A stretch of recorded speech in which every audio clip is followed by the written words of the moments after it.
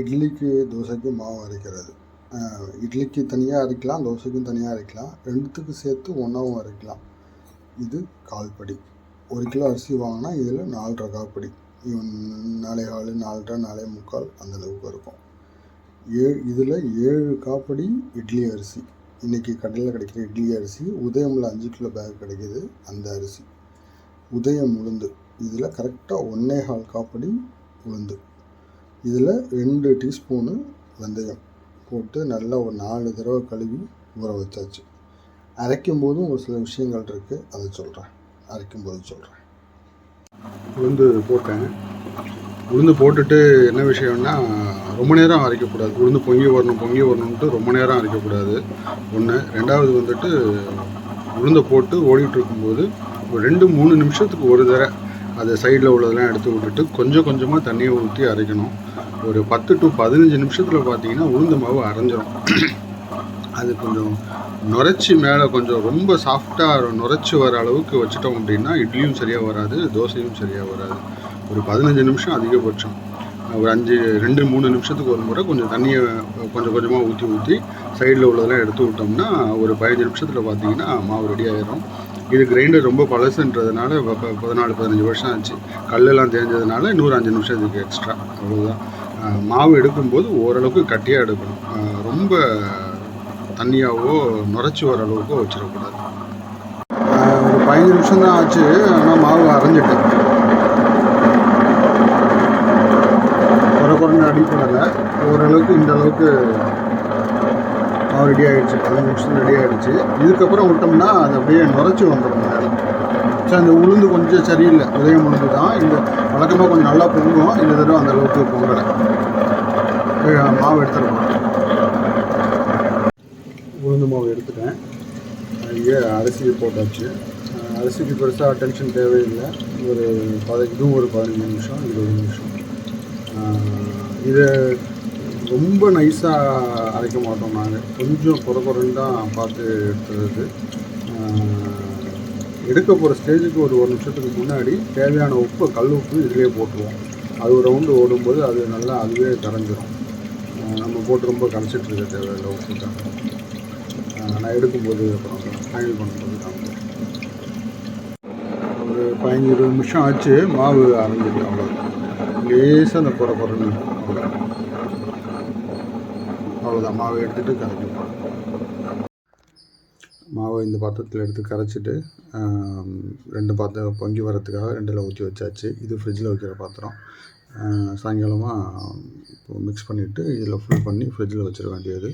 இதை வந்து சின்ன கிண்ணத்துக்கு மாற்றிட்டு அதுலேருந்து எடுத்து இட்லி தோசையை ஊற்றிக்க வேண்டியது. ரைட். இதில் ஒரு விஷயம் என்னென்னா, என்ன தான் காலங்காலமாக இட்லி மாவு அரைச்சாலும் இட்லி தோசை மாவோட சக்ஸஸ் ரேட்டுன்றது 75% தான். பாக்கி 25% என்ன ஆகும்னா, மாவு இந்த மாதிரி கரைச்சி வச்சதுக்கப்புறம் பொங்காது, அப்படியே இருக்கும். அதை மேனேஜ் பண்ணி ஓட்டணும். இட்லி ஊற்றினோம்னா இட்லி ப்ராப்பராக வராது, அதையும் மேனேஜ் பண்ணி ஆகணும். தோசை ஊற்றினா தோசை வெள்ளையாக வரும். இந்த கொஞ்சமாச்சும் லேசாக ப்ரௌனாக ஆகணும் இல்லையா, அது வராது. தோசை ஏதோ துணி மாதிரி வரும். அதனால் எங்களுக்கு பார்த்திங்கன்னா அந்த தோசை மாவோட சக்ஸஸ் ரேட்டு 75% தான். பாக்கி 25% பார்த்திங்கன்னா மாவு எப்படி இருக்கோ அதை அப்படியே அட்ஜஸ்ட் பண்ணி ஓட்டிக்க வேண்டியது தான். பார்ப்போம் ஈவினிங் இது பொங்கியிருக்கா இல்லையா என்ன ஏதுன்ட்டு பார்ப்போம். மாவு அரைச்சி ஒரு 8 மணி நேரத்துக்குள்ளே தான் ஆகுது. இப்போ எப்படி இருக்கு இப்போ? ரைட், ஓரளவுக்கு பொங்கியிருக்கு, பிரச்சனை இல்லை. ஓரளவுக்கு நல்லா தான் பொங்கியிருக்கு, ஒன்றும் பிரச்சனை இல்லை. இப்போ இதை கரைச்சிட்டு கொஞ்சம் குறையும், இதுலேருந்து ஊற்றி இதை பேக் பண்ணி ஃப்ரிட்ஜில் வச்சுருவோம். இதை பாக்கி வைப்போம். நைட்டுக்கு இட்லி ஊற்றி பார்ப்போம், எப்படி வருதுன்னு பார்த்துட்டு சொல்கிறேன். ஆக்சுவலாக இந்த மாவில் ஒரு டெக்னிக்ஸ் இருக்குது. என்னென்னா, உளுந்து முடிஞ்ச அளவுக்கு கம்மியாக போட்டோம்னா இட்லி நல்லா வருது. வெந்தயத்தை கொஞ்சம் கம்மியாக போட்டோம்னா இட்லி நல்லா வருது. ஆமணுக்கு விதை போட்டு அரைக்கிறாங்க. விளக்கெண்ணெய் 1 ஸ்பூன்னு கலக்கும்போது ஊற்றுறாங்க, இதெல்லாம் ஊற்றி நல்லா வருது. ஜவ்வரிசியை தனியாக ஊற வச்சு அரிசியோடு அரைச்சி போடுறாங்க, அதுவும் இட்லி நல்லா வருது. ஆனால் அது இட்லி வந்துட்டு எனக்கு அது ஜவ்வரிசியோ அதெல்லாம் போட்டு சாப்பிடும்போது பஞ்சு மாதிரி இருக்குது. பஞ்சு மாதிரின்னா என்ன, ஸ்பாஞ்சு மாதிரி இருக்குது ஒரு மாதிரி. அது வழக்கமாக ஊரில் இப்போ சாப்பிட்ற இட்லி சாப்பிட்ட திருப்திக்கான இல்லை. அதனால் இதை நான் எல்லாம் எதுவுமே போடுறதில்ல. இந்த ரேஷியோ 5க்கு 1 இல்லைன்னா அந்த 7க்கு 1 ரேஷியோவில் போட்டு முடிச்சிடுறது.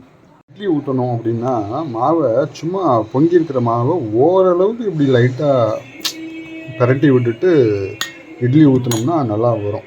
நாம் இதுக்குள்ளே மேக்ஸிமம் மாவை ஊற்றிட்டு ஃப்ரிட்ஜுக்குள்ளே வைக்கணுன்ற பட்சத்தில் நல்லா கலக்கி ரொம்ப மாவை கீழே இறக்கிட்டு அதையும் ஊற்றி ஃபில் பண்ணி அந்தளவுக்கு கலக்கினோம்னா இட்லி கொஞ்சம் நல்லா வரமாட்டேங்குது. அதையும் நான் கவனிச்சிருக்கிறேன். இட்லி பானையை வச்சாச்சு, தண்ணி கொதிக்குது. ஒரே ஒரு தட்டு தான் ஊற்ற போகிறேன். ஏன்னா எங்கள் வீட்டில் யாருக்கும் இட்லி பிடிக்காதுன்றதுனால ஒரே ஒரு தட்டு ஊற்ற போகிறேன். நான் ஊற்றுவேன்.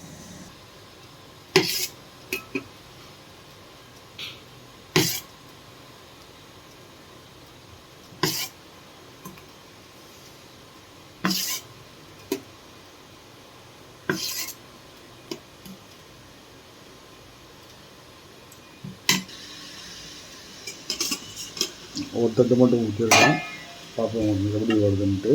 இட்லி தண்ணி கொதிக்கும்போது ஊற்றி வச்சுட்டு கரெக்டாக 7 மினிட்ஸ் மாவு ஃப்ரெஷ் மாவுன்னா ஃப்ரிட்ஜிலேருந்து எடுத்தால் இன்னொரு 1-2 நிமிஷம், பெரிய தட்டாக இருந்தால் அந்த 1-2 நிமிஷம், இல்லைன்னா 6 to 7 மினிட்ஸ் எடுத்தால் கரெக்டாக வந்துடும். பார்ப்போம் எப்படி வருதுன்ட்டு. 7 மினிட்ஸ்க்கு மேலே ஆகிடுச்சு, வெந்துருச்சான்னு பார்ப்போம்.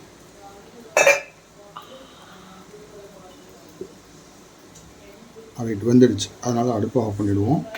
இதையும் எடுத்துருவோம். இதை எடுத்து வெளியில் வச்சுருவோம். அங்கே காமிங்க. ரைட், இது ஒரு 5 நிமிஷம் ஆகும் இதுலேருந்து எடுக்கிறதுக்கு. உடனே வேணும்னா ஒரு டெக்னிக் இருக்குது. அந்த பிளேட்டை காமிங்க. இந்த பிளேட்டில் தண்ணியை பிடிச்சி அந்த தண்ணியில் அப்படி கொஞ்சம் நேரம் வச்சிட்டோம்னா ஒரு நிமிஷத்தில் நீங்கள் இட்லி எடுத்துக்கலாம். பட் இப்போ அவசரம் இல்லை, அதனால் அது பொறுமையாக ஆறட்டும். இட்லி எப்படி இருக்குன்னு பார்ப்போம். ஓகே, இட்லி எடுத்து பார்ப்போம்.